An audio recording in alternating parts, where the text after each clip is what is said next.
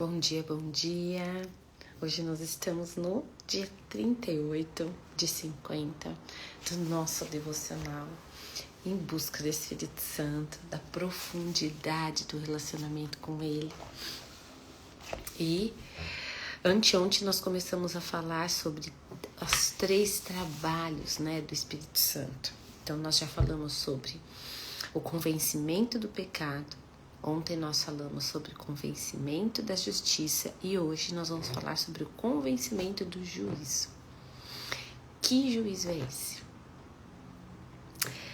Vamos lá então. O texto base está em João 16, 11. Que o julgamento... quando ele está falando sobre que quando o Espírito Santo vier, ele vai denunciar o pecado. Ele vai denunciar a justiça, Ele vai apontar para a justiça e ele vai apontar para o julgamento do governante deste mundo mal, que ele já está condenado, Quem é esse governante do mundo mal? Satanás. Ele conseguiu esse status, essa posição, quando ele enganou Adão e Eva. E eles entregaram a autoridade que Deus havia dado para eles, para Satanás, E aqui no nosso livro Guia desse Devocional, ele está falando o seguinte, Satanás enganou Adão e Eva no Éden, e assim passou a escravizar os homens no pecado.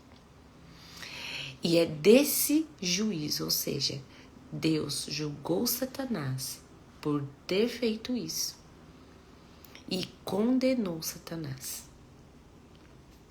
No momento em que Jesus foi crucificado, Satanás achou que o plano de Deus tinha sido acabado, que o plano de Deus não tinha dado certo, porque o Messias tinha morrido.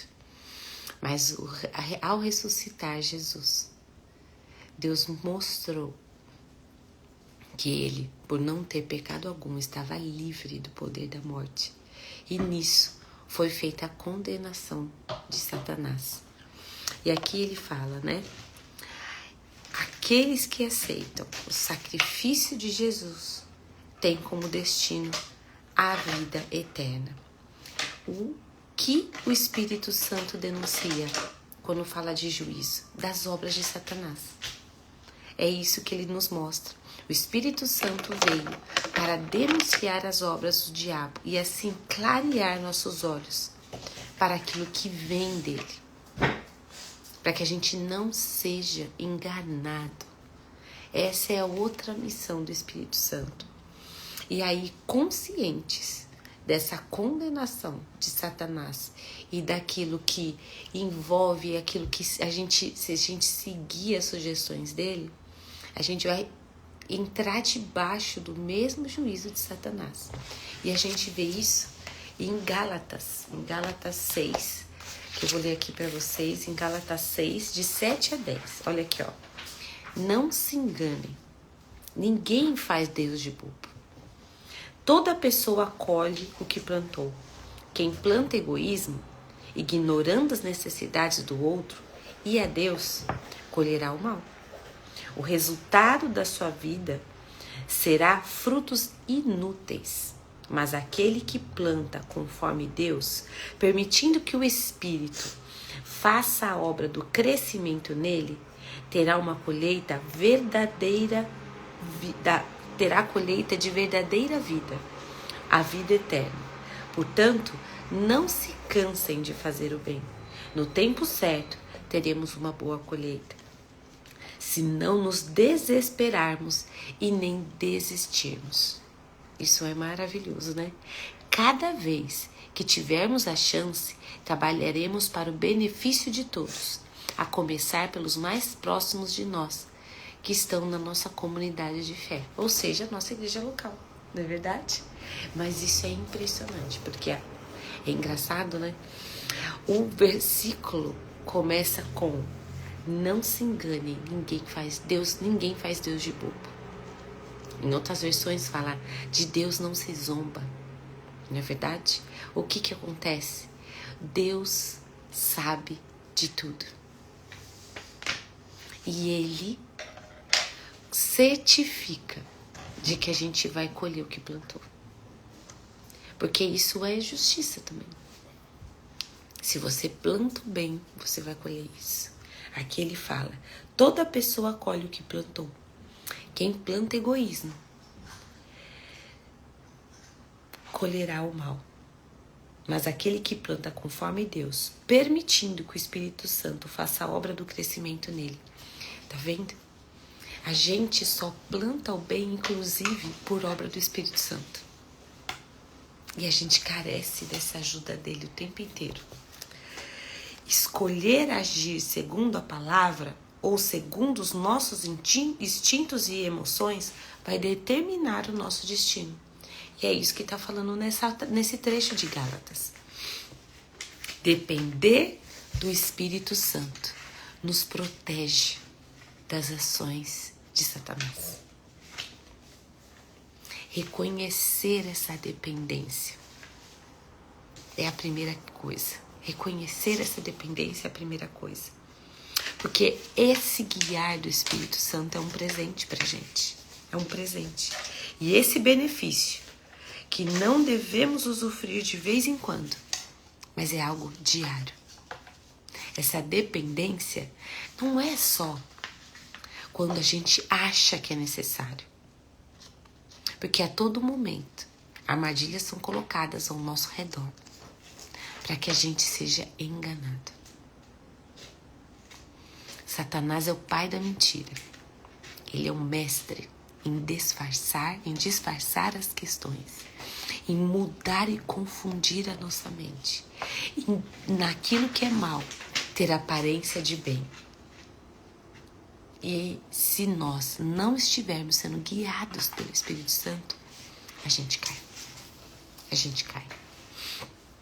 Todos os dias nós somos expostos a esse convite para nos desviarmos do caminho ideal que a Bíblia nos apresenta, que o Senhor nos apresenta.